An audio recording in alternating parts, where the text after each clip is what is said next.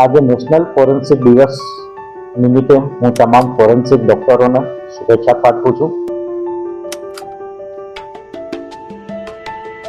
સાથે સાથે ગોત્રી મેડિકલ કોલેજના જે GMS પોસ્ટમોર્ટમ રૂમ ખાતે જે પોસ્ટમોર્ટમ સુવિધા શરૂ કરવામાં આવી છે, જેની આપણે છેલ્લા 6 મહિનાથી કાર્યરત છે, અને સાથે આપણે કોલ્ડ સ્ટોરેજની પણ વ્યવસ્થા છે.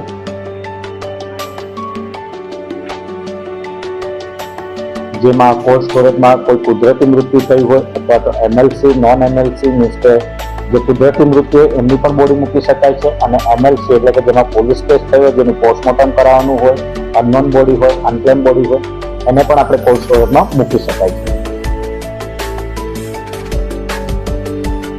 એના અમુક ક્રાઇટેરિયા નક્કી કર્યા છે, અને આ સેવા 365 દિવસ 24 કલાક આપણી કાર્યરત છે.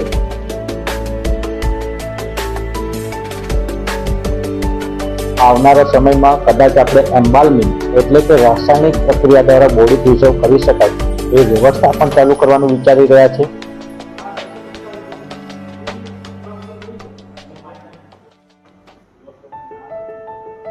અને રાજ્ય સરકાર અને આપણા આરોગ્ય વિભાગ દ્વારા ટૂંક સમયમાં કદાચ કોલ્ડ સ્ટોરેજની સંખ્યામાં વધારો બી થાય અને આપણે 40 બોડી રાખી શકીએ તેવી વ્યવસ્થા ગોત્રી ખાતે ઊભી કરી શકીશું.